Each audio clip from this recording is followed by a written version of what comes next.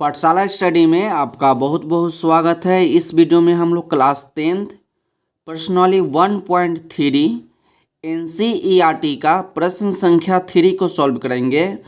प्रश्न संख्या 3 में आपको दिया गया है कि सिद्ध कीजिए कि निम्नलिखित संख्याएं अपरिमेय हैं। तो प्रश्न संख्या 3 में 3 प्रश्न दिए गए हैं, जिसमें से पहला प्रश्न आपका है कि 1/√2, सेकेंड नंबर प्रश्न आपका है कि 7√5 और 3 नंबर प्रश्न आपका है कि 6 + √2। ये सभी प्रश्नों को आपको सिद्ध करना है कि यह एक अपरिमेय संख्या है। तो हम लोग बारी बारी से सभी प्रश्नों को सीखेंगे अपरिमेय संख्या सिद्ध करना। तो चलिए हम लोग वीडियो को स्टार्ट करते हैं। वीडियो अच्छा लगेगा तो वीडियो को लाइक कर दीजिएगा और चैनल को सब्सक्राइब कर दीजिएगा। तो सबसे पहला आपका प्रश्न है कि 1/√2 और इसको हमें सिद्ध करना है कि यह एक अपरिमेय संख्या है। तो देखिए यहाँ पर हम लोग प्रश्न को लिख लिए हैं कि सिद्ध कीजिए कि 1/√2 एक अपरिमेय संख्या है। तो सबसे पहले हम लोग मानेंगे और नीचे लिखेंगे कि मान लिया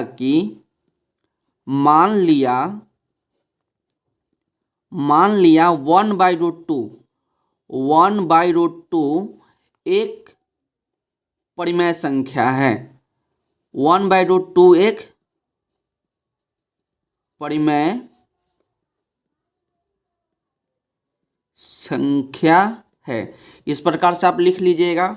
उसके बाद आप जानते हैं कि परिमेय संख्या जो होता है P/Q के रूप में होता है। तो 1/√2 को हम लोग क्या माने? 1/√2 को हम लोग माने कि यह एक परिमेय संख्या है। तो परिमेय संख्या जो होता है P/Q के रूप में होता है। और इसके हम लोग बगल में लिख देंगे जहाँ P और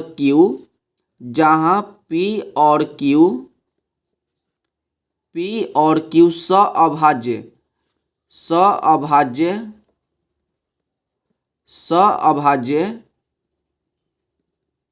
संख्या है और Q जो है आपका 0 नहीं होना चाहिए।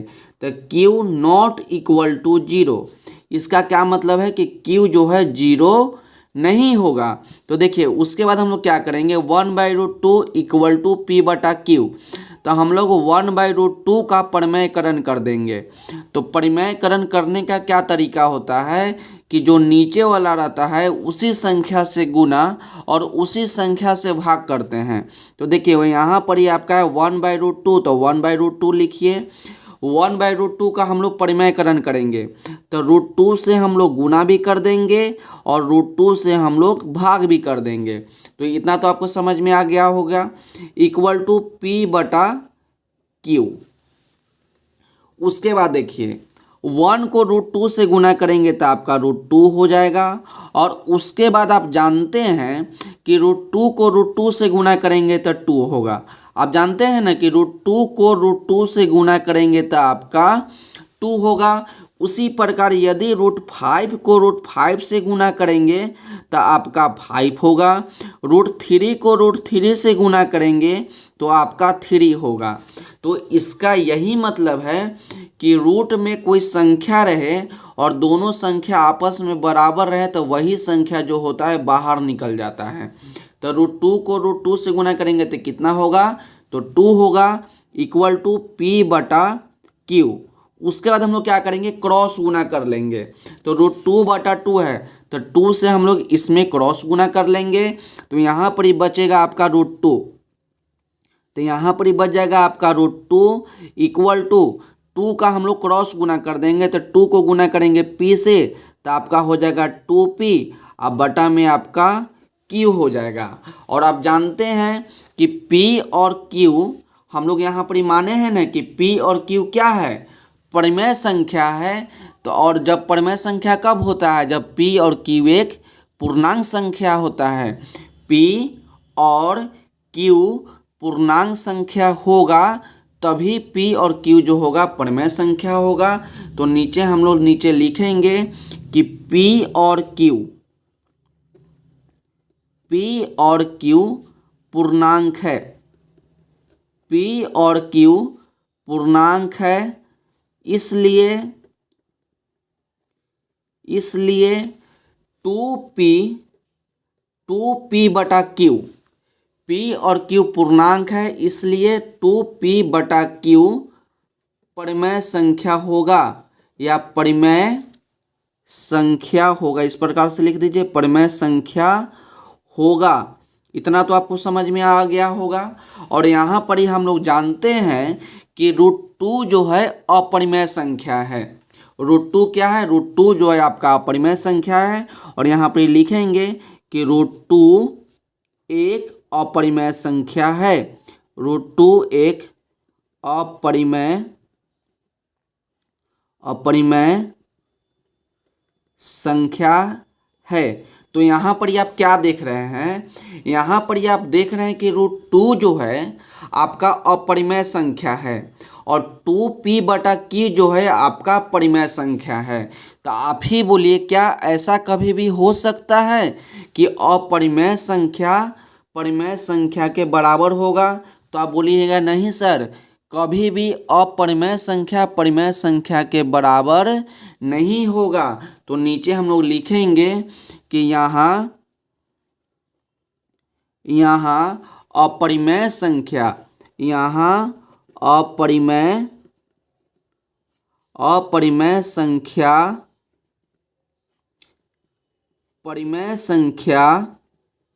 अपरिमेय संख्या परिमेय संख्या के बराबर है,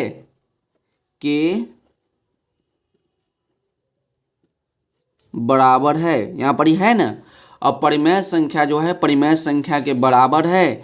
और उसके बाद लिखेंगे जो संभव नहीं है।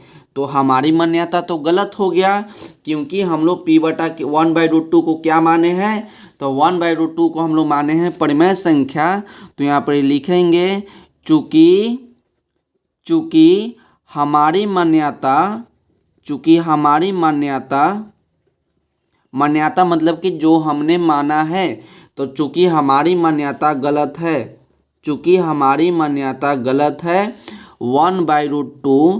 1/√2 एक अपरिमेय संख्या है, अपरिमेय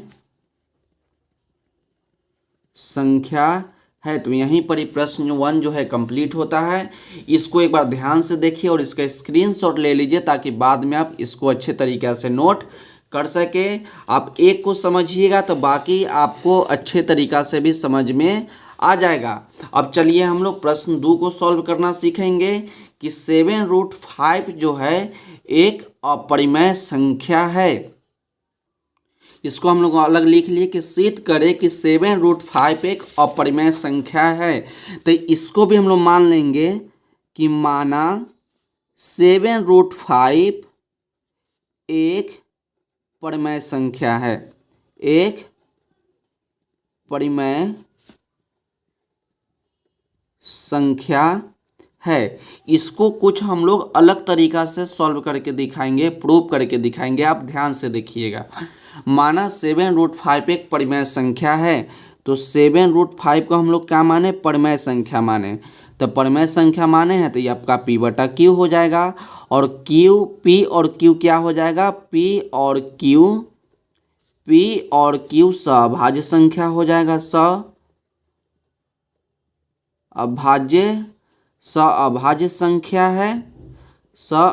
संख्या है। और q जो है आपका 0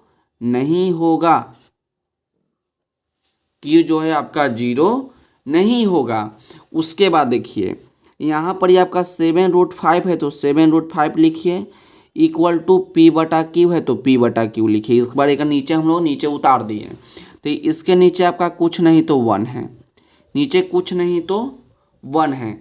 उसके बाद हम लोग देखिए यहाँ पर 7√5 है, तो क्या हम लोग लिख सकते हैं कि 7 × √5? क्या यहाँ पर लिखा गया है 7√5, तो इसको हम लोग लिख सकते हैं 7 × √5। तो हम लोग क्या करेंगे? 7 को हटाएंगे और इक्वल टू के इस साइड ले जाएंगे। तो यहाँ पर ही आपका गुना में है, तो यहाँ आपका भाग में चल जाएगा। तो यहाँ पर ही बचेगा आपका √5, तो √5 इक्वल टू P बटा Q, तो गुना से भाग में आएगा तो नीचे आपका आ जाएगा, तो नीचे हम लोग इसको इस प्रकार से लिख सकते हैं। आप इसको ध्यान से देखिएगा, 7√5, तो हम लोग 7 को हटाएंगे, तो हटाएंगे या कहिए तो इसको हम लोग क्रॉस गुना भी कर सकते हैं कि 7 को क्रॉस गुना कर देंगे तो 7 को Q से गुना करेंगे तो 7Q हो जाएगा। लेकिन हम लोग यहाँ पर ये अलग अलग लिख दिए, P बटा Q इंटू 1/7। उसके बाद देखिए P और Q को हम लोग क्या माने हैं, तो P और Q को हम लोग माने हैं कि यह एक परिमेय संख्या है। क्या माने हैं कि परिमेय संख्या है। और 1/7 भी जो है, 1/7 भी आपका है जो परिमेय संख्या है, परिमेय संख्या है। फिर से देखिए P बटा Q आपका परिमेय संख्या है, 1/7 भी आपका क्या है, परिमेय संख्या है। और आप जानते हैं कि √5 जो है आपका अपरिमेय संख्या है, √5 जो है अपरिमेय संख्या है। तो हम लोग यहाँ पर क्या देख रहे हैं, एक बार पहले आप याद रखिएगा कि परिमेय संख्या और परिमेय संख्या यानी दो परिमेय संख्या का गुणनफल भी परिमेय संख्या होता है। क्या आपसे बोले कि दो परिमेय संख्या का गुणनफल भी एक परिमेय संख्या होगा। तो यहाँ पर देखिए, यहाँ पर अपरिमेय संख्या है इक्वल टू आपका परिमेय संख्या, तो यहाँ पर हम लिखेंगे कि अपरिमेय संख्या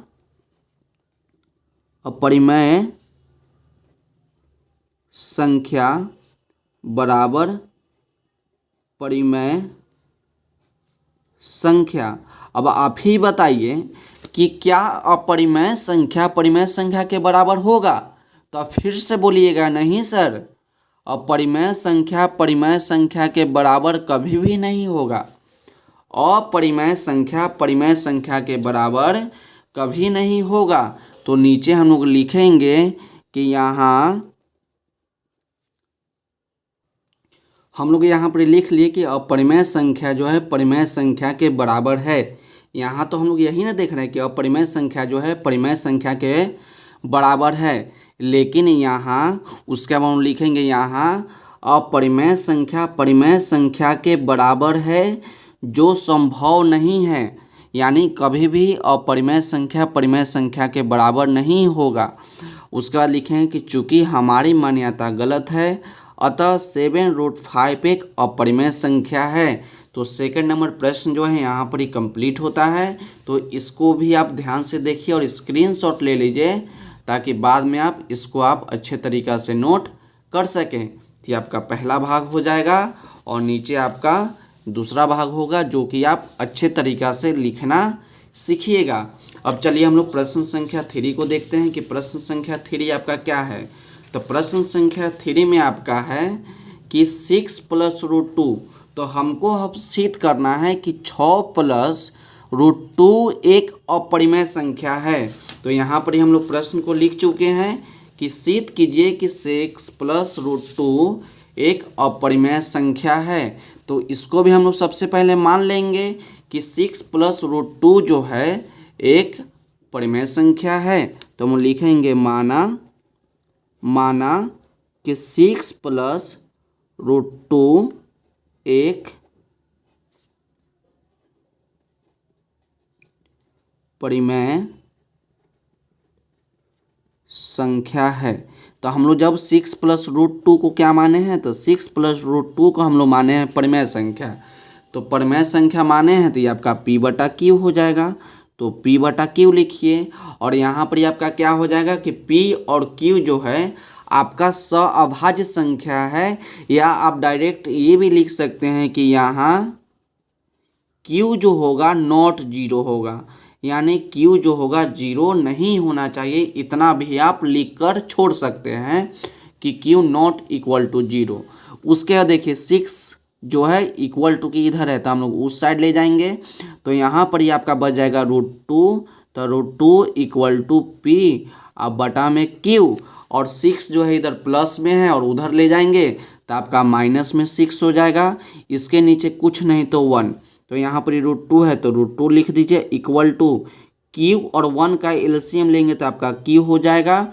तो देखिए या इस प्रकार से देखिए पी को 1 से गुना करेंगे तो पी हो जाएगा, माइनस क्यू 6 को क्यू से गुना करेंगे तो 6 क्यू हो जाएगा, और क्यू को 1 से गुना करेंगे तो आपका क्यू हो जाएगा। इतना तो आपको समझ में आ गया होगा। आप ध्यान से देखिए कि √2 equal to p minus 6 q बटा क्यू। और हम आपको बताए थे कि परिमेय संख्या p बटा क्यू परिमेय संख्या कब होगा, जब p और q पूर्णांक होगा तभी p और q जो होगा परिमेय संख्या होगा। तो नीचे हम लोग लिख चुके हैं कि p और q, आप ध्यान से देखिएगा कि p और q पूर्णांक है, इसलिए p माइनस 6q बटा q एक परिमेय संख्या है। p और q जो है आपका परिमेय संख्या है, या इस प्रकार से देखिए कि p और q जो आपका पूर्णांक है, इसलिए 6 माइनस 6q बटा q एक परिमेय संख्या होगा। और √2 जो है एक अपरिमेय संख्या है, √2 जो है एक अपरिमेय संख्या है। तो यहाँ अपरिमेय संख्या परिमेय संख्या के बराबर है, जो संभव नहीं है। तो यहाँ पर ये देखिए ये आपका परिमेय संख्या और ये आपका अपरिमेय संख्या, तो यहाँ पर ये बराबर है। तो वही बात हम लोग नीचे लिखे हैं कि यहाँ अपरिमेय संख्या परिमेय संख्या के बराबर है, जो संभव नहीं है। चूँकि हमारी मान्यता गलत है, 6 + √2 एक अपरिमेय संख्या है। तो प्रश्न संख्या 3 भी यहाँ पर ही कंप्लीट होता है। इसका भी आप स्क्रीनशॉट ले लीजिए ताकि बाद में आप अच्छे तरीक़ा से नोट कर सकें। तो ये आपका पहला भाग हो जाएगा और नीचे आपका ये वाला दूसरा भाग हो जाएगा। तो आज की वीडियो के लिए बस इतना ही, मिलते हैं अगले वीडियो में। यदि वीडियो अच्छा लगा हो तो वीडियो को लाइक कर दिएगा और चैनल को सब्सक्राइब भी कीजिएगा। तब तक पढ़ते रहिए और बढ़ते रहिए, मिलते हैं अगले वीडियो में।